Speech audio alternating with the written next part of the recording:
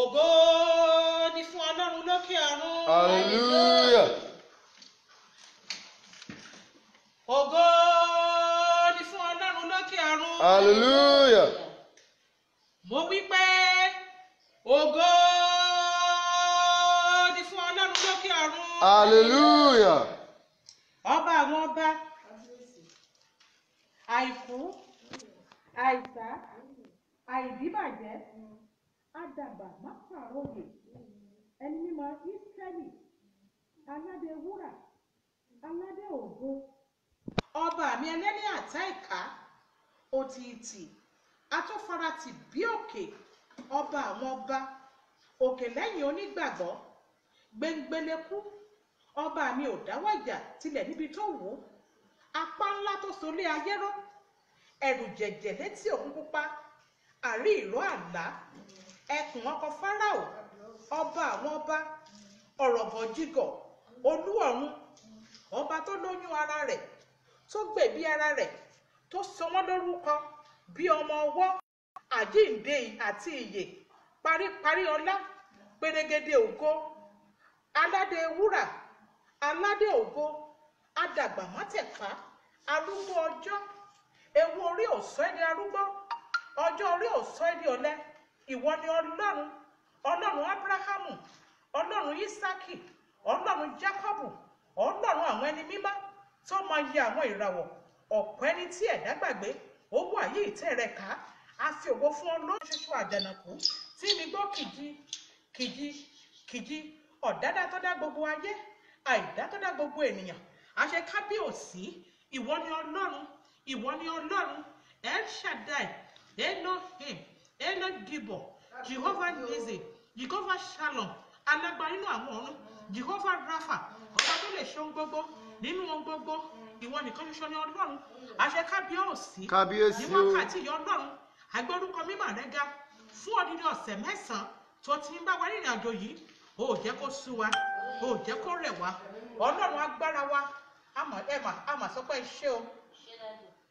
Olúwa sọ pé ẹ ṣé bàbá. lórí program yìí, Ọlọ́run á yìn ọ́ lógo, ológo tó lógo, ìwọ ni Ọlọ́run, ìwọ ni Ọlọ́run, Jehovah El Shaddai Hosenu, ọba mi adẹ́dá, ọba mi aṣẹ̀dá, òkè lẹ́yìn onígbàgbọ́, òbìrìtì, ajípọ̀jọ́ ikúdà, ọba tó jókòó lórí òbìrí ayé tí gbogbo ayé dàbí ẹlẹ́ngà, ta ni kí n fi yín wé, ta ni kí n fi ṣàkàwé yín, irú Olúwa ò sí láyé, àkàwé Ọlọ́run ò sí lọ́run, ìwọ nìkan ṣoṣo ni Ọlọ́run, ìwọ nìkan ṣoṣo ni Ọlọ́run, adàgbà má pààrọ̀ òye, mo sọ pé o ṣé o, adádé má ṣí, àjọba má wàjà, ọba tí gbàdọ̀ balẹ̀ ọba mi àtọ́lọ́run mi, ìwọ ló ń fọba jẹ, ìwọ ló ń rọba lóyè, Ọlọ́run mi ọmọ wòlíì, mo sọ pé ẹ ṣé dádì, Ọlọ́run mo sọ pé ẹ ṣé o, Ọlọ́run mo sọ pé ẹ ṣé o, fún ọ̀sẹ̀ 9 ó ti wà lẹ́yìn, ó ti wà lójú, lórí àwọn olólùfẹ́ wa, Ọlọ́run a dúpẹ́, Ọlọ́run a dúpẹ́, torí ogun ayé wọn ṣẹ́ wọlẹ̀, gbogbo àṣìṣe pátápátá, Ọlọ́run ó dáríjì, Ọlọ́run ó ṣe,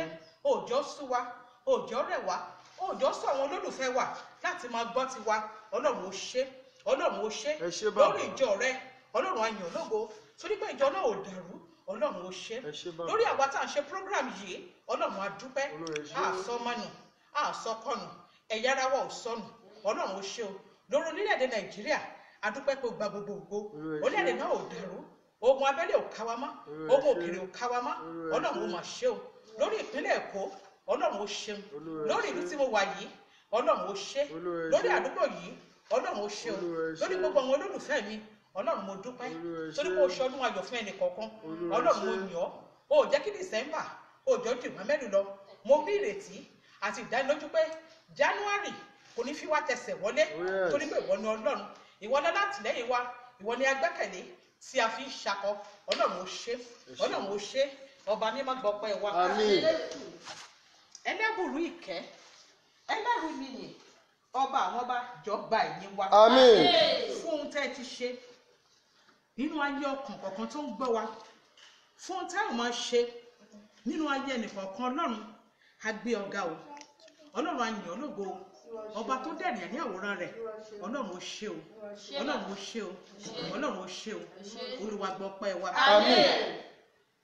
Ọlọ́run àjíǹde àti ìgbà ẹ̀yìn wa Ọlọ́run àwọn àgbààgbà ó ṣé òkè lẹ́yìn wa ó ṣé àpáta tí a gbẹ́kẹ̀lé ó ṣé Ọlọ́run gbọ́ ọpẹ́ wa Ọlọ́run gba ẹ̀yìn wa ní orúkọ Jésù Kristi òun la gbàdúrà Àmín.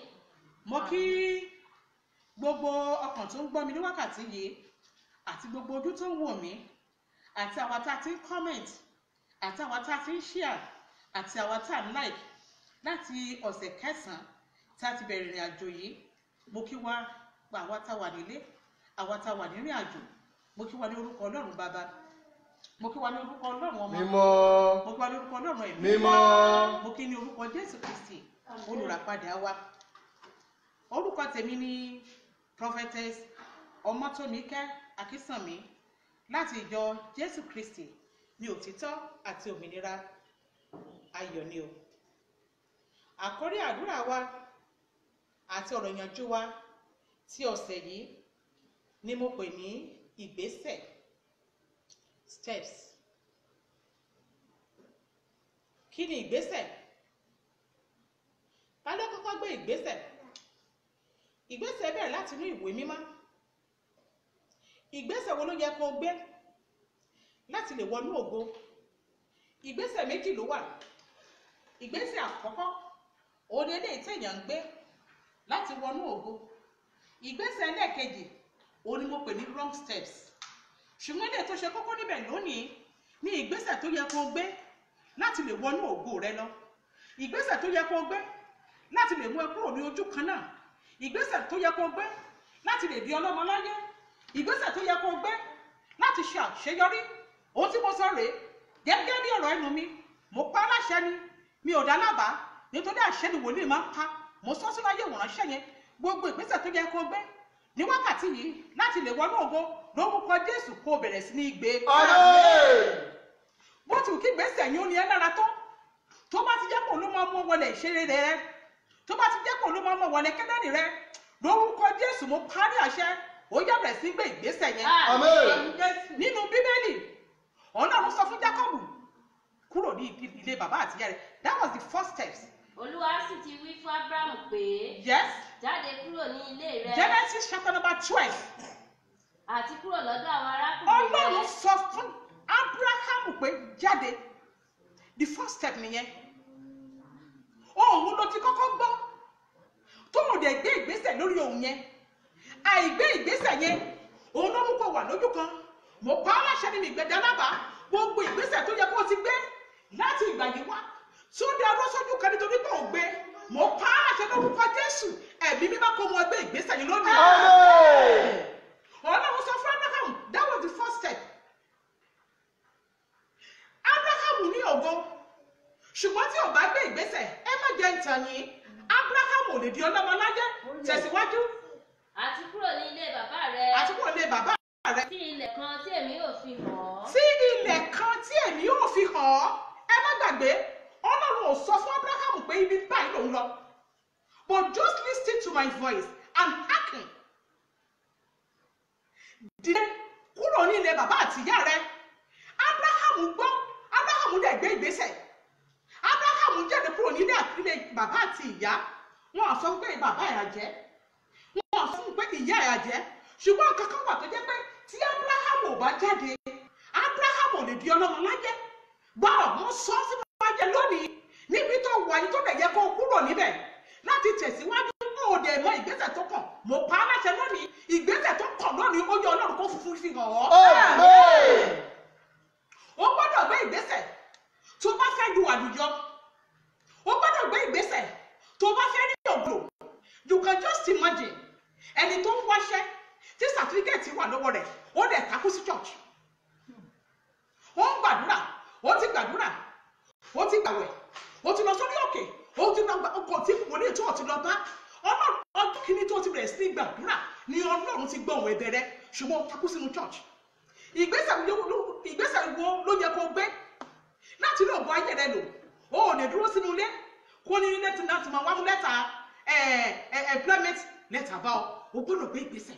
Ìránṣẹ́ kìí mo sọ sí ayé rẹ, ìránṣẹ́ kìí mo sọ sí ayé rẹ, gbogbo ẹ̀mú tó mú ẹ mọ́lẹ̀ tí kò jẹ́ kó gbé ìgbésẹ̀ yẹ kọ́kàn lórúkọ Jésù iná lọ́run kó palẹ̀ rẹ̀ mọ́. Ó ṣàìsàn, ó yẹ kó gbé ìgbésẹ̀ láti lọ sí hospital, ó jókòó ti àdúrà àti gbà, ṣùgbọ́n ó ní ìgbésẹ̀ tó láti gbé. Ẹ má gbàgbé obìnrin onísun ẹ̀jẹ̀, Bíbélì sọ fún wa wípé she has been in this affliction for whole 12 years. Ṣùgbọ́n ní ọjọ́ tó gbìyànjú tó gbé ìgbésẹ̀,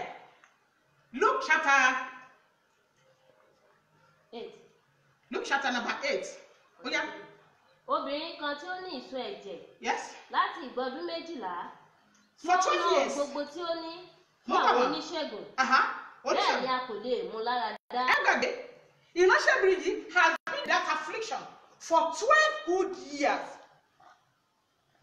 Ó ti náwó fún wòlíì, ó náwó fún pásítọ̀, ó náwó fún adáhunṣe, aláàfáà àti gbogbo, àwọn ọmọọṣẹ́ àti gbogbo, síbẹ̀síbẹ̀ nítorí she has been taking wrong steps all along.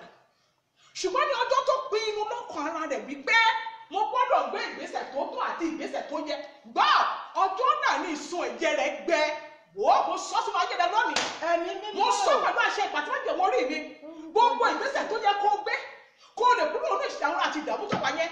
Gbogbo ìgbésẹ̀ tó yẹ kó gbé tó yẹ kó yàn kó ìṣòro kó di pẹ̀tẹ́lẹ̀. Lórúkọ Jésù ọba májẹ̀mú ó yẹ kó bẹ̀rẹ̀ sí gbé ìgbésẹ̀ lónìí. Yes. Ó wà lẹ́yìn rẹ̀. Yes. Ó sì fi ọwọ́ tọ ìṣẹ́tí aṣọ Ó rẹ̀. fọwọ́ tọ ìṣẹ́tí aṣọ Jésù. Lọ́gán ní ìsun ẹ̀jẹ̀ rẹ̀ sì Èmi gbẹ. sọ gẹ́gẹ́ bí ìránṣẹ́ Ọlọ́run alààyè. Gẹ́gẹ́ bí ọ̀rọ̀ ẹnu mi, ìgbésẹ̀ tó máa gbé ní wákàtí yìí, èmi pa láṣẹ ni lọ́gán lórúkọ Jésù kó gba ìtúsẹ̀ ní ogun tó dé. Ẹ má gbàgbé àìmọ̀ ìgbésẹ̀ tó kàn fún ọkùnrin aláìsàn tí ó lè Bẹ́tísáídà, òun ló fi pẹ́. Ní inú àìsàn yẹn ló fi wà níbẹ̀ for 30 years. Nígbà tí Jésù tún débẹ̀, iṣẹ́ ìfọkàn ilé tí ìbá fi gbé ìgbésẹ̀, àwùjáde ló wá ló ń wí tágàdé bá ti wá tó bá ti rú. Jésù béèrè pé ṣé o fẹ́ kí n mú? That was the step he has to take. Ṣé o fẹ́ kí n mú ẹ lára dá? Mo pa á láṣẹ ìwọ ìránṣẹ́kùnrin. Ìgbésẹ̀ tó yẹ kó gbé kó rí ìwòsàn, ìgbésẹ̀ tó yẹ kó rí aláàánú, ìgbésẹ̀ tó yẹ kó gbé tó fi ríṣẹ́ lórúkọ Jésù ọba májẹ̀mú ó jẹ́ kó fi ọ̀nà hàn lónìí. Hágáì kò mọ̀ pé kànga wà níbi tó ń wà. Ismail ọmọ rẹ̀ yẹn ń kú lọ, kò dé rí kànga yẹn. Ó ṣíṣẹ̀ kúrò níbẹ̀, ẹ̀mí má dá padà, mo pa á láṣẹ lónìí. Ó ní wò ó, kànga yìí, kànga rẹ̀, ó ṣí ní ojú. Èmi pa á láṣẹ mi ìdálábà, ẹ̀mí mímọ́ náà ló yẹ kó ṣí ẹ ní ojú. Gbogbo ìgbésẹ̀ jẹ́ tó yẹ kó gbé nínú ọdún tá à ń wọ̀ lọ yìí, tó máa fi ní àṣeyọrí. Gbogbo ìgbésẹ̀ tó yẹ kó gbé tó máa fi di ọlọ́mọ. Gbogbo ìgbésẹ̀ tó yẹ kó gbé tó máa fi ní ọkọ. Gbogbo ìgbésẹ̀ tó yẹ kó gbé kí iṣẹ́ máa fi tẹ̀síwájú. Gbogbo ìgbésẹ̀ tó yẹ kó gbé tí ìrìn àjò yìí máa fi pọ̀ sí. Lórúkọ Jésù ọba tó pè mí, ọba tó mi níyà, ó dá lórúkọ Jésù gbogbo èyí ìsàlẹ̀ lónìí. Ó wọ ọkọ, ó jókòó sínú ilé. Ó wọ ọkọ, ó bẹ̀rẹ̀ sínú chọ́ọ̀chì kiri. Ó ṣe deliverance káàkiri. Ó ti gbàdúrà, ó ti gba àwẹ̀, ó ti ṣètò, kò sí ohun tó kò ti ṣe. Má gbé àwọn ọkùnrin gan pàápàá ti bá ìṣẹ̀ṣẹ̀kúṣe, àwọn ọkùnrin oníṣègùn, àwọn ọkùnrin wòlíì, àwọn pásítọ̀, ìwọ obìnrin, wọ́n ti bá ìṣẹ̀ṣẹ̀kúṣe. Síbẹ̀síbẹ̀ ó wá sọ lóògùn dèké. Ìgbésẹ̀ tó yẹ kó gbé ìránṣẹ́ mi lò tí ì gbé. I can remember one sister, church tó ń lọ, big church ni, ó wá bá mi some years ago. Mo rí àǹtí yìí, she was 39 then, but nígbà tí mo rí, she looks like 50 years old woman. Nígbà tó gbọ́ ìdí ẹ̀ fún mi, bàbá tó mú dọ́dọ̀ mi, wò lọ́dọ̀ máa láyé mi. Ṣùgbọ́n bàbá yìí jẹ́ lára ẹ̀. Nítorí bàbá yìí ń bá láṣepọ̀. Gbogbo iṣẹ́ tí bàbá yìí ṣe fún pàbó ni. Nígbà tí bàbá yìí mú ọmọ ìdọ́dọ̀ mi, kó wá ṣe deliverance. Èmi pẹ̀lú ẹ̀ bẹ̀rẹ̀ sí sọ̀rọ̀. Mo ní sísá ọmọdún mélòó ni yín? Ó ní 39 years. Mo ní ẹ má jẹ́ tàn yín. Tí èmi gan bá jẹ́ ọkùnrin mi lè pè yín. Nítorí pé you look older than your age. Mo ní àǹtí àwẹ̀kọ́. Inú ìpè tẹ́ wà ní Ọlọ́run gbọ́ àdúrà níbẹ̀. Ó ní ìdásí pààrọ̀ chọ́ọ̀chì. Steps ló yẹ kó take. Ìgbésẹ̀ tó yẹ kó kàn ó ní kó gbé. Mo ní kí ni kó ṣe? Mo ní kó pààrọ̀ aṣọ ọrùn ẹ̀ náà. Ọ̀pọ̀lọpọ̀ kì í ṣoṣo ló gbàjà kì í ṣàjẹ́. Ilé tó wà kọ́ ló gbàjà. Ṣùgbọ́n ìgbésẹ̀ tó kàn ní. Nígbà tí wọ́n mọ 20 years tó look like pè ẹ́ Ọlọ́run ṣe é àti gbọ́ advice ó gbé ìgbésẹ̀ tó kàn after 8 months àti ìṣèyàwó mo pa á láṣẹ ìwọ ọ̀nà ṣẹ́bìrin yìí gbogbo tó dẹ́ dúró tó òfin lọ́kọ tiẹ̀ gbogbo ìgbésẹ̀ tó yẹ kó gbé lórúkọ Jésù ọba májẹ̀mú ó dákọ́ dáhùn sí ọ̀rọ̀ rẹ lọ́wọ́. ó fẹ́ travel lọ sí ìlú òyìnbó lóòótọ́ ti débẹ̀ náà ṣùgbọ́n ìgbésẹ̀ wo ló yẹ kó fi ríṣẹ́ ohun tẹ́gbẹ̀rẹ́ ṣe kọ́ ló fẹ́ máa lọ ṣe ni mo sọ sínú ayé rẹ lónìí níbi ìjókòó kan tí ń gbọ́ mi ìwọ tó ń kọ́mẹ̀tì yẹn ìwọ tó ń ṣíà yẹn ìwọ tó ń láìkì yẹn gbogbo ọkọ̀ tó gbàgbọ́ pátápátá nínú ìpè wòlíì lórúkọ Jésù ẹ̀mí mímọ́ ó dákó ṣe àtúnṣe nínú ayé rẹ. ọmọ nínú kúrò gbé ìgbésẹ̀ lóòótọ́ ó ti ná gbogbo nǹkan tí bàbá rẹ̀ fún you might be thinking that àdúrà kì í gbà mọ́ let me tell you one thing Ọlọ́run ṣì dáhùn àdúrà he answered by fire Ọlọ́run òtítọ́ ni kò kó ọ̀rọ̀ rẹ̀ jẹ́ rí ohun tó sọ ní pé képe mi you have spent all what you have but síbẹ̀síbẹ̀ pàbó lọ̀rọ̀ rẹ̀ ń já sí torí ògbégbé sẹ́yìn àwọn òmùlẹ̀ ṣì wà gbogbo wòlíì kan ló nírọ̀ ìgbésẹ̀ tó yẹ kó gbé olú yẹ kó gbé wòlíì ti sọ tẹ́lẹ̀ sínú ayé rẹ̀ wòlíì ti ríran sí ọ wòlíì ti ṣẹ́gun ó ṣe rò pé kí ló dé tí gbogbo tí mo ṣe tí ò fi bọ́ sí ìgbésẹ̀ ló kàn án. Please rise. Oh my God. Rise. Take the necessary step. Adé ògo wà fún ọ.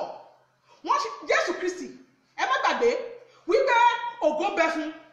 Bí Jésù ò bá gbé ìgbésẹ̀ tí ìlérí fi máa wá sí ìmúṣẹ gbọ́ ìlérí náà wá sí ìmúṣẹ. Wọ́n á fẹ́ mí lọ́pọ̀ ẹ̀. Ṣé Jésù nìkan ni wòlíì tó ti wá sílé ayé mi? He is not the first and only kankan ṣùgbọ́n òun nìkan ṣoṣo ló complete ẹ̀. Gbogbo ìgbésẹ̀ tó máa gbé tí ayé ẹ̀ fi máa pé lórúkọ Jésù máa bó mú ọ gbé. Àmín. ó bí ọmọ onínàkúnà nígbà tó ti dán gbogbo nǹkan tó ní pátápátá ó gbé ìgbésẹ̀ akin ìwọ náà gbé ìgbésẹ̀ akin wákàtí yìí you are going to new year please you are going to new year ọmọ onínàkúnà gbé ìgbésẹ̀ wípé èmi ó dìde you have to rise. ẹkún kọ́ má kú sí chọ́ọ̀chì má kú sí chọ́ọ̀chì má kú sí dáná fún àmà. Abraham sì dìde. Abraham dìde. Ní kùtùkùtù òwúrọ̀. Gracious Father. Abraham sì dìde ní kùtùkùtù òwúrọ̀. Ó sì di kẹ́tẹ́kẹ́tẹ́ ní gàárì. Ó di kẹ́tẹ́kẹ́tẹ́ ní gàárì. Ó sì mú méjì nínú àwọn ọmọkùnrin rẹ̀. Lóòótọ́ àti òdodo, Ọlọ́run sọ fún Abraham tó àdì bàbá orílẹ̀-èdè. Ṣùgbọ́n bí Abraham ò bá gbé ìgbésẹ̀, ó ní ṣáà dìde lọ fi ọmọ rẹ̀ rúbọ fún mi, Ọlọ́run ò ní pa ọmọ ẹ̀. Ọlọ́run fẹ́ kó gbé ìgbésẹ̀ ni. Ọlọ́run ò ní kó pa ọmọ ẹ̀ gbogbo ìgbésẹ̀ tó yẹ kó gbé. Ó ti kó ní ara tó nínú tó ń tó wọlé lórúkọ Jésù ó máa gbé. Lórúkọ Jésù ó máa gbé. Tá a bá ní májẹ̀mú àti agbára. Tá a bá ní májẹ̀mú àti agbára tó lòun fẹ́ dì ọ́, ó lòun fẹ́ ṣe èyè, ó lòun ní jẹ́ kó mọ ìgbésẹ̀ tó yẹ kó gbé. Èmi pa á láṣẹ lórúkọ Jésù àrùn kó sápá.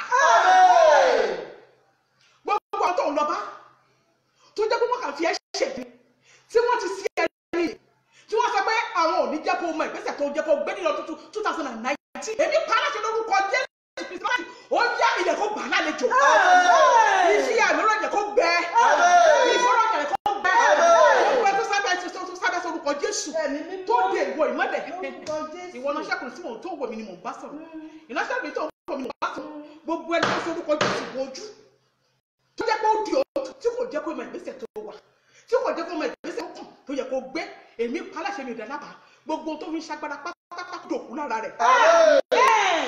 gbogbo ẹ̀dá tó sọ mọ́lẹ̀ bí ẹran. gbogbo ẹ̀dá tó sọ mọ́lẹ̀ bí ẹran. tó ní tí yẹ ẹ̀dá bá ṣe ló máa bá ìgbésẹ̀ tó yẹ kó gbé ní 2019. gbogbo ẹ̀ tó sọ pé ó ti wà lábẹ́ òun náà tó lóun ní jáde ó sọ mẹ́lẹ́ ní àṣepè tó bá jẹ́ gbọ́dọ̀ tó lọ́lọ́run bí wọ́n dẹ̀ gbàgbọ́ nu Jésù Kristi tí ìpè mí dẹ̀ dájú lórúkọ Jésù àwọn olùkọ́ fọkùn ẹ̀mí ẹ̀já. Ọlọ́run mi gbé ìgbésẹ̀ tó kọ̀ o. Ọlọ́run mi gbé ìgbésẹ̀ kí ni mo wí. Ọlọ́run mi gbé ìgbésẹ̀ tó kọ̀ o. Ọlọ́run mi gbé ìgbésẹ̀ nítorí lórí ogun kì í gbọ́ kì í gbà. Ọlọ́run mi gbé ìgbésẹ̀.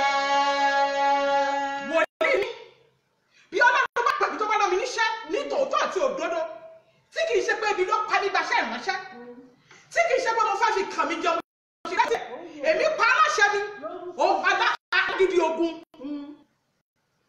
alágídí ènìyàn tó lọ wọ̀ ní gbọ́ wọ̀ nígbà lórí ìrìn àjò tó jẹ́ kó rí tó pọ̀ tó ní kí ni wọ́n lábẹ́ olówó mo pa aláṣẹ ẹ̀mí mọ́ kó fi kú lọ́sẹ̀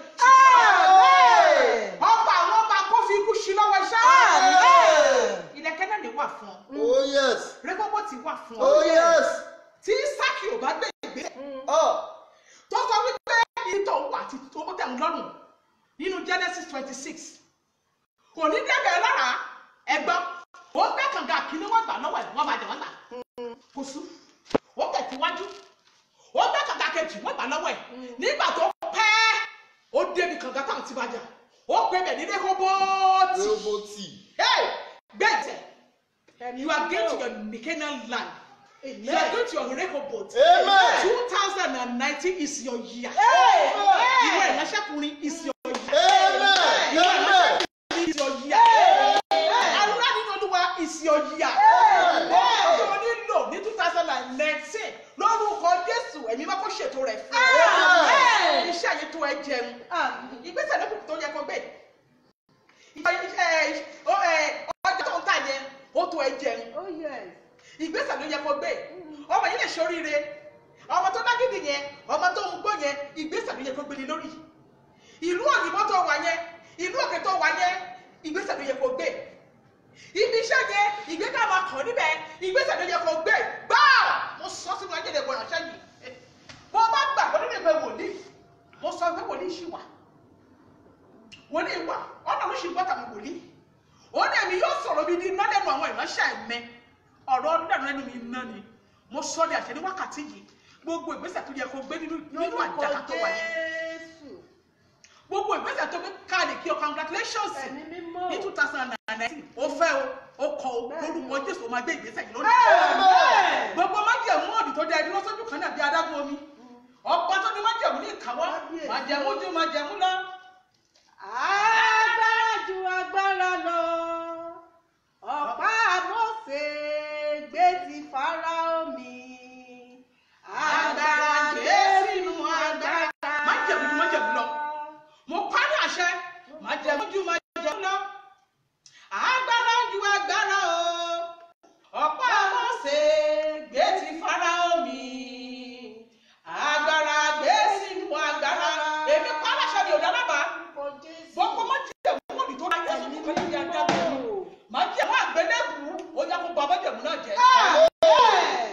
Bí májẹ̀mú bá ju májẹ̀mú lọ, tí agbára ju agbára lọ, tí ọ̀pá Mósè tó bá lè gbé ti Fáráò mì lóòótọ́ àti òdodo, gbogbo èyí tí wọ́n ṣe ní Íjíbítì tí Ọlọ́run ṣe, òun ni àwọn ọlọ́dún pàyídà ń ṣe, ṣùgbọ́n pọ̀ àṣẹ kan ju àṣẹ lọ. Mo sọ sínú ayé rẹ, àṣẹ tó gbé àṣẹ mì, mo pè é síṣẹ́ lórí mo ti pè sórí ojú iṣẹ́ lórí ọ̀rọ̀ ayé rẹ, gbogbo májẹ̀mú òdì tó dẹ dúró. Gbogbo agbára tó dẹ dúró tó lò ní gbẹ̀gbẹ́sẹ̀ tó kàn lórúkọ Jésù Kristi máa jẹ mú àgbélébùú yá kó gbé mi lónìí. Tẹ̀síwájú. Dandan ni kó lógolo. Yes.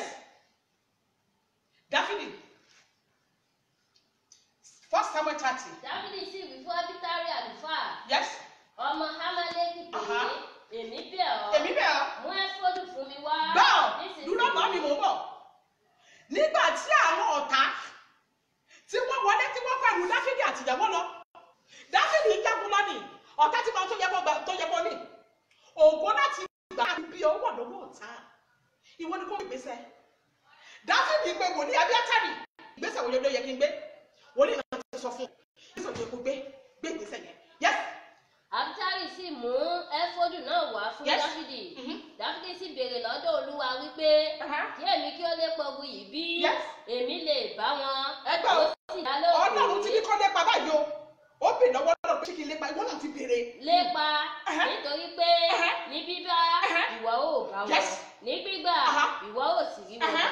Bẹ́ẹ̀ ni Dáfídì àti ẹgbẹ̀ta ọmọkùnrin tí ń bẹ lọ́dọ̀ rẹ̀ sì lọ wọ́n sì wá sí ibi odò Bẹ́sórì apá kan sì dúró ṣùgbọ́n Dáfídì àti irinwó ọmọkùnrin lépa wọn. God bless you ma. Dáfídì gbé ìgbésẹ̀ ó pe wòlíì ìwọ náà ti bá wòlíì ìwọ náà ti lọ bá pásítọ̀ o ti bá àfa o ti lọ bá oníṣègùn gbogbo ọ̀nà tó mọ̀ òun ló ti gbà wọ́n ti ní kó tẹ̀síwájú 2019 is your year. Don't be lazy. Come on, stand up. Ìṣẹ́gun bẹ fún ọjọ́. Ayọ̀ bẹ fún ọjọ́. 2019 is your year. You're a king. You have to dominate your environment. You have to take a step. Take a step. David ìbéèrè, wọ́n ti ní kó lọ, ó dẹ̀ lọ, ó gba gbogbo kan, ẹ lọ kà á, 1 Samuel 30. Ìwọ ìránṣẹ́, kí ni ó tó dẹ̀ náà? Gbogbo ìkọsẹ̀ lójú ọ̀nà 2019 nínú ayé ìwọ̀nṣẹ́ lórúkọ Jésù ló kó palẹ̀ rẹ̀ mọ́. Wọ́n jẹ́ kó bí adágún omi. You have this for you to excel. You have that power in you. You have that anointing in you. Stop it! Má jẹ́ kí bàbá náà fi ẹ̀ṣọ́ jẹ mọ́. Má jẹ́ kí wọ́n lọ gbówó rẹ̀ mọ́. You have consulted the prophet. Ó ti lọ́dọ̀ mú wòlíì. Ó ti lọ́sọ̀dọ̀ Adáhunṣe. Ó ti lọ́sọ̀dọ̀ àǹfà. Wọ́n ti ní kó tẹ̀síwájú. What remains? Ìgbésẹ̀ ló yẹ kó pọ̀, ìgbésẹ̀ ló kàn. Gbogbo ìgbésẹ̀ yẹn tó yẹ kó gbé láàárọ̀ ní wákàtí yìí. Lórúkọ Jésù yẹn máa jẹ́ kó gbé. Má jẹ́ ẹ̀mú wà fún ọ. Ọmọ ológo ni ọ́. Ó máa ní láàrin. Ó máa ṣàṣeyọrí. Mo bẹ̀ olóko lọ́nà àlàyé. Gbé ìgbésẹ̀. Gbé ìgbésẹ̀. Ara mi sí ọ ní. For the past 9 weeks. Ara mi sí ọ ní. Ara mi sí ọ ní. Bàbá jẹ́ mọ́ kòkò jẹ́. Ọ̀tá ọ̀dà lórí ayé rẹ tó bá ti gbé ìgbésẹ̀. Àwọn bá ti gbé ìgbésẹ̀. Mọ nǹkan tó wà nínú ayé ẹ̀. Ìgbésẹ̀ wo ló yẹ kí n gbé? Ìyàwó ẹ̀kọ́ ló burú. O gbé ìgbésẹ̀ ni. Ilẹ̀ tó wà ní kọ́ ló burú. O gbé ìgbésẹ̀ ni. Don't cry anymore. Ìgbésẹ̀ ni kò gbé. Kọ́ Ọlọ́run lọ. Bí Dáfídì, kí ló yẹ kí n ṣe? Ó tún tẹ ohun wòlíì wọ. Nǹkan tó pa àwa Nàìjíríà jẹ́. Gbogbo Kìrìsìtẹ́nì Nàìjíríà pátá. Aṣọ wòlíì dọ̀lọ́run wa. Aṣọ pásítọ̀ dọ̀lọ́run wa. Ìgbésẹ̀ tó yẹ káwọn ara wa gbé àgbé mọ́. Àwọn fún wọn lóúnjẹ. Àwọn òyìnbó wá fi wáṣẹ̀ sí. Go and look at the government.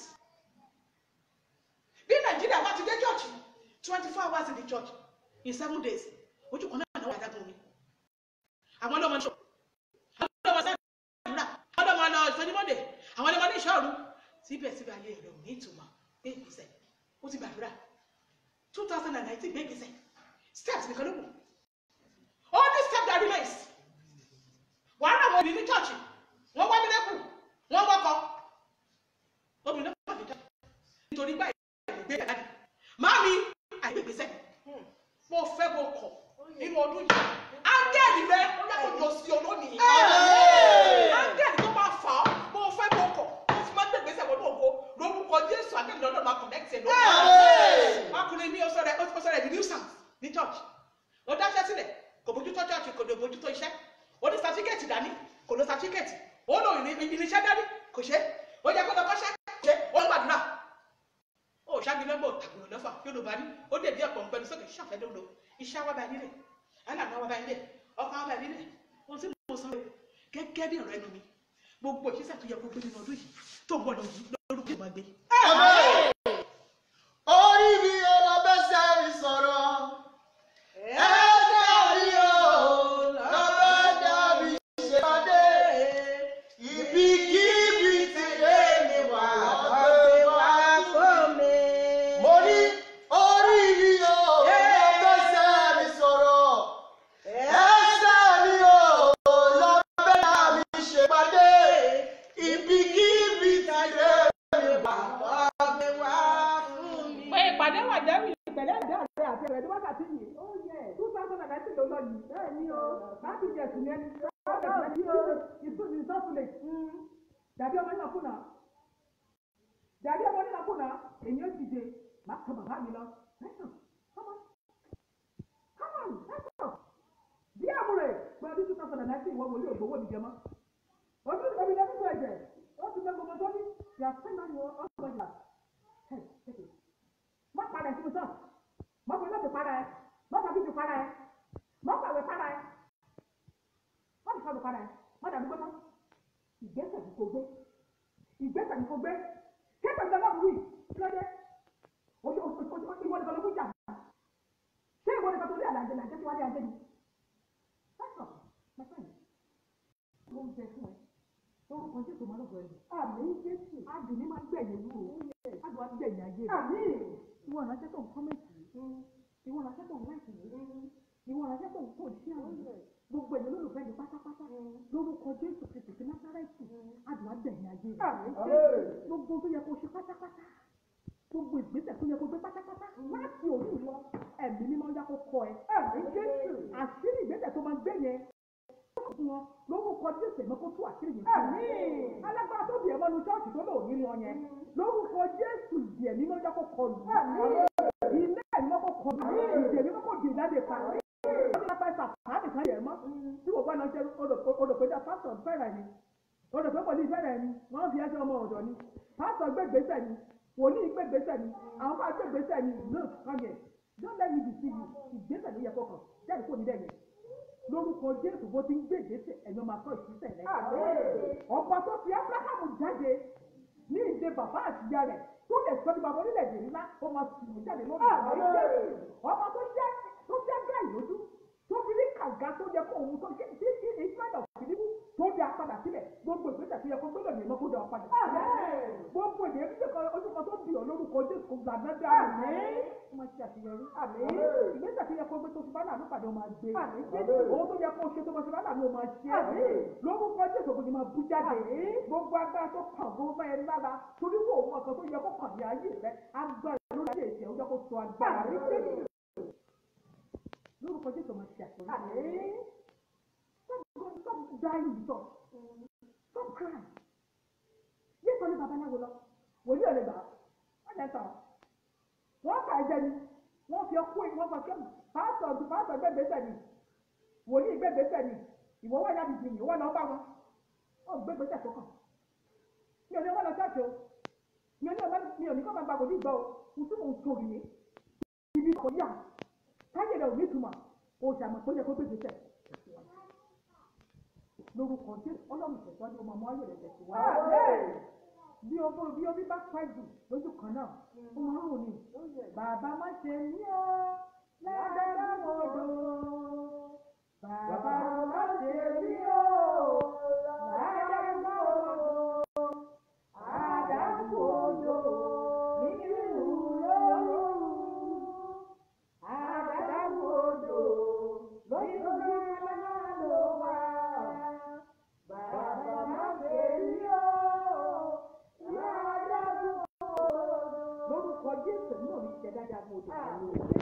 Bíbélì wípé ṣíṣàn mi wọ́n sì mú inú mi dùn bó bá tẹ̀síwájú nínú Ọlọ́run máa dùn wò ó tó o bá rògolo tó bá fi kú ó mà máa dùn ìṣẹ̀dá rẹ o tó o bá rògolo tó fi máa kú ó mà máa dùn Ọlọ́run o gbogbo àwọn tó wà tó yẹ kó o gbé dìde tó o bá lè fà wọ́n dìde ó mà máa jẹ̀bi o lórúkọ Jésù Kristi ti Násárẹ́tì ìgbésẹ̀ tó yẹ kó o gbé tó o fi ní jẹ̀bi ìwà sí ayé rẹ ẹ̀mí máa jẹ́ kó gbé lónìí. Àmín. Ó fẹ́ kó dìde o gbára kúrò lọ́wọ́ ogun ọjà ọ̀ gbé ìgbésẹ̀ ayé òṣọ́ gbé ìgbésẹ̀ lórúkọ Jésù bó ṣe ń gbé ìgbésẹ̀ wọn máa dára fún ọ. Àmín. Àṣírí ogun tó jẹ́ dẹ̀ máa tú. Àmín. Ìdè wòlíì tó dẹ̀ máa tú. Ìdè máa já gbogbo àṣírí wòlíì tó dẹ̀ máa pẹpẹ àṣírí ni máa tú lónìí. Àmín. Gbé ìgbésẹ̀ my dear brothers lórúkọ Jésù ìwọlẹ̀ rí kàn. Àmín. Ìwọlẹ̀ rí kàn. Àmín. Ìwọlẹ̀ rí kàn. Àmín. Mo fẹ́ kó gbàdúrà pẹ̀lú sáàmù yìí ni. Oh, you don't need fasting. Lóòótọ́ bí bẹ́ẹ̀ sọ pé láì sí àwẹ̀ àti àdúrà ó ní kò sí tó lè ṣe ṣùgbọ́n ó ti gbàwẹ̀ ojú ti yọbọ́ ó ti dàdúgbò. Please try this, I'm telling you. I know you are going to be testifying. You are going to be a testifier. Amen. O máa jẹ́rìí sí agbára Ọlọ́run. Ọlọ́run òróró. Ọlọ́run gbọ́ àdúrà. Ọlọ́run ṣe bẹ́ẹ̀ bí tàtijọ́. Àwa náà ò sí bí tàtijọ́. Àwa náà ò gbé ìgbésẹ̀. Títí di ọjọ́ mẹ́jọ. Bá mi ní àwọn sáàmù yìí. Psalm 8, Psalm 12, Psalm 28. Ní ìpinnu. Lórí ìpinnu yẹn gbé ìgbésẹ̀. Ọlọ́run ìgbésẹ̀ wo ló jẹ́ kí n gbé ní 2019 tí èmi náà fi máa rí ògo mi lò. Tí mi fi ní máa ṣiṣẹ́ lábẹ́ ògo mi.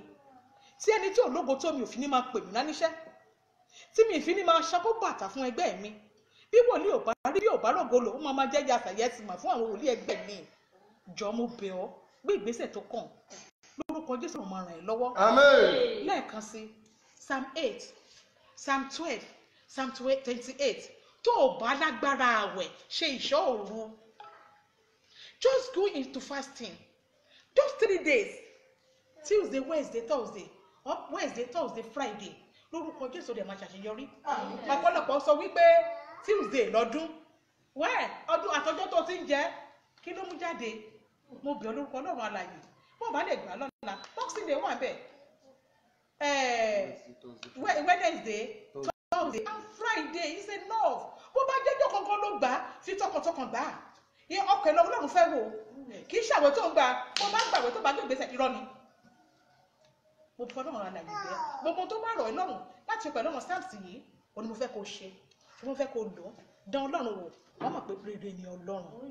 Psalm 8, Psalm 12 and 28 lórúkọ Jésù ẹ̀rí lọ̀rọ̀ rẹ̀ máa já sí. Àmín.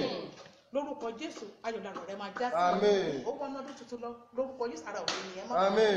Ògo tuntun ògo àmúyangàn Ọlọ́run yóò dáre sí. Àmín. Títí di ọjọ́ mẹ́jọ táwọn tún pàdé ní aago kan náà 6 Nigerian time.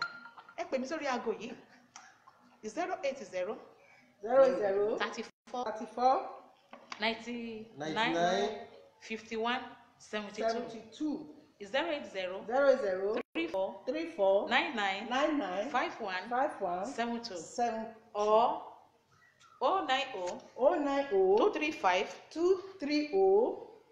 85 481 090 230 85 481 080 91 40 44 63. Bóyá o fẹ́ pè mí fún ìgbaniníyànjú àbọ̀ fẹ́ kí èmi àti ẹ ó jọ gbàdúrà kémi àti ẹ ó jọ wọnú àdúrà lọ ìgbésẹ̀ wo ló jẹ́ kí ìránṣẹ́kùnrin ìgbé kó fi wọnú ògo 2019 ìgbésẹ̀ wo ló yẹ káàntì ò gbé kó fi wọnú ògo 2019 kó fi lè lọ́kọ kó kúrò lágàn kó kúrò lẹ́ni ẹ̀yẹ̀yẹ́ kó kúrò lẹ́ni ẹ̀sìn kí iṣẹ́ lè lọ síwájú kí lóyìnbó tó wà kó lè rọ̀ ẹ́ lọ́rùn kí Nàìjíríà kó lè tù ọ́ lára agbègbè tó wà kó lè di aláṣẹ pèmí sórí aago yẹn lórúkọ Jésù bẹ́ẹ̀ ni àtẹ̀bájọ́ ìrìn àjò àbí tó gbàgbọ́ nínú ìpè mi Bíbélì wípé ẹni bá gba wòlíì ní wòlíì yóò jèrè wòlíì èmi gbàgbọ́ pé ó jèrè nínú ìpè mi. Àmín. Ó lógo nínú ìpè mi. Àmín. Ó láyé nínú ìpè mi. Àmín. Títí di ọ̀sẹ̀ tó ń bọ̀ mo fi sí abẹ́ oore ọ̀fẹ́ Jésù Kristi lórúkọ Jésù Kristi ni mo gbàdúrà. Àmín. Àmín. Àmín lórúkọ Jésù. Ayọ̀ ni o. Ayọ̀.